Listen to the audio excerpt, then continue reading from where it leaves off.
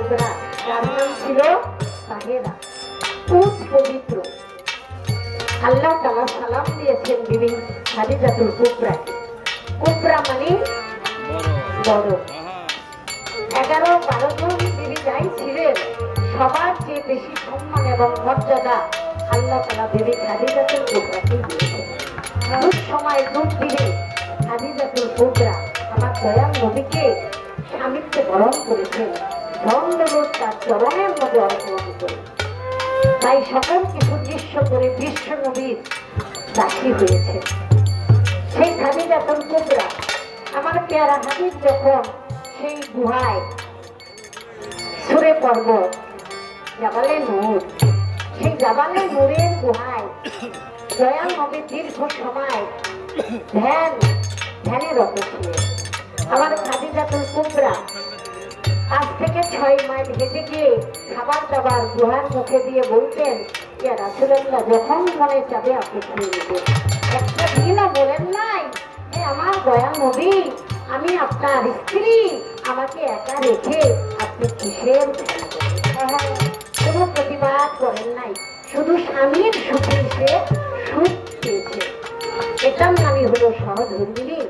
বাবা, বউ আর স্ত্রী হতে পারে, কিন্তু যতক্ষণ পর্যন্ত তার স্বভাবের মধ্যে সহধর্মিণী স্বভাব না আসবে, ততক্ষণ পর্যন্ত সে সর্বাঙ্গীন ভাবে স্বামীর সন্তুষ্ট আশা করতে পারে। স্বামী যদি ধার্মিক হয়, তার জীবনে একজন সহধর্মিণী দরকার। বউ আর স্ত্রী ভালো কাজ নষ্ট করার স্ত্রী, বউ স্ত্রী বাজার নাই, ভালো একটা কাপড় নাই, অলংকার ভৈরা মেয়েরা ঘুরে বেড়ায়, আমার একটা অলংকার নাই। তারা শুধু দুনিয়াদারির লোভ লালসায় ব্যস্ত। স্বামী কতটুক কি হালে আছে একবারও সে ভেবে দেখে। তারা হলো বউ আর স্ত্রী ভালো কাজ নষ্ট করার স্ত্রী। আর যে সহধর্মিণী হবে, তার শরীরের অলংকার বলতে একমাত্র তার স্বামী। যেই নারীর স্বামী তার প্রতি সন্তুষ্ট না, সে অলংকার দিয়ে জড়াইয়া থাকলেই কি আর স্ত্রীর প্রতি যদি স্বামী সন্তুষ্ট না থাকে, আমার আল্লাহ রাসূলও সন্তুষ্ট। আপনারা সবাই জানেন। তাই সেই দিদি খাদিজাতুল কুবরার প্রতি আমার দয়াল নবী অতি সন্তুষ্ট। তাই খাদিজা বলেছে, পেয়ারা হাবিব, আমার অন্ধকার কবরে থাকতে বড় ভয় হয়, একা একা সুমুখ করে। আমার দয়াল নবী বলেছেন, হে আমার খাদিজা, তুমি কেন ভয় পাও? একা তো থাকবে না তুমি, আমিও সাথে থাকবো। এটা কিভাবে সম্ভব? কেউ কি কারো কবরের সাথে যায়?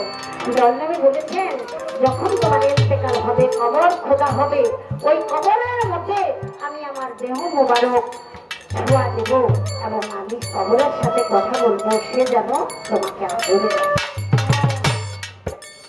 যেই স্বামী তার স্ত্রীর জন্য এই দোয়া করে, সেই স্ত্রীর মতো সৌভাগ্যবতী আর কেউ হতে পারে না।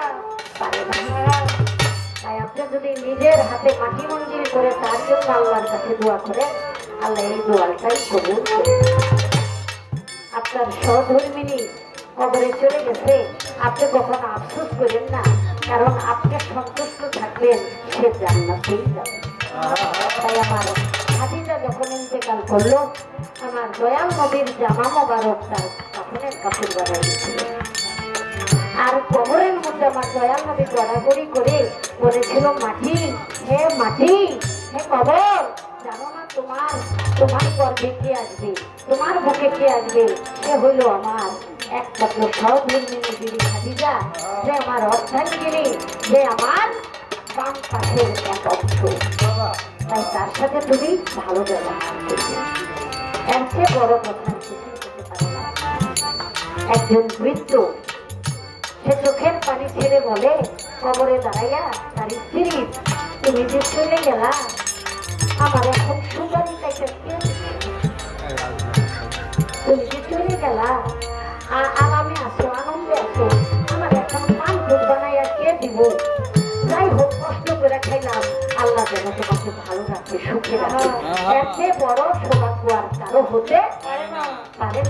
খাদিজার কথাই বর্ণনা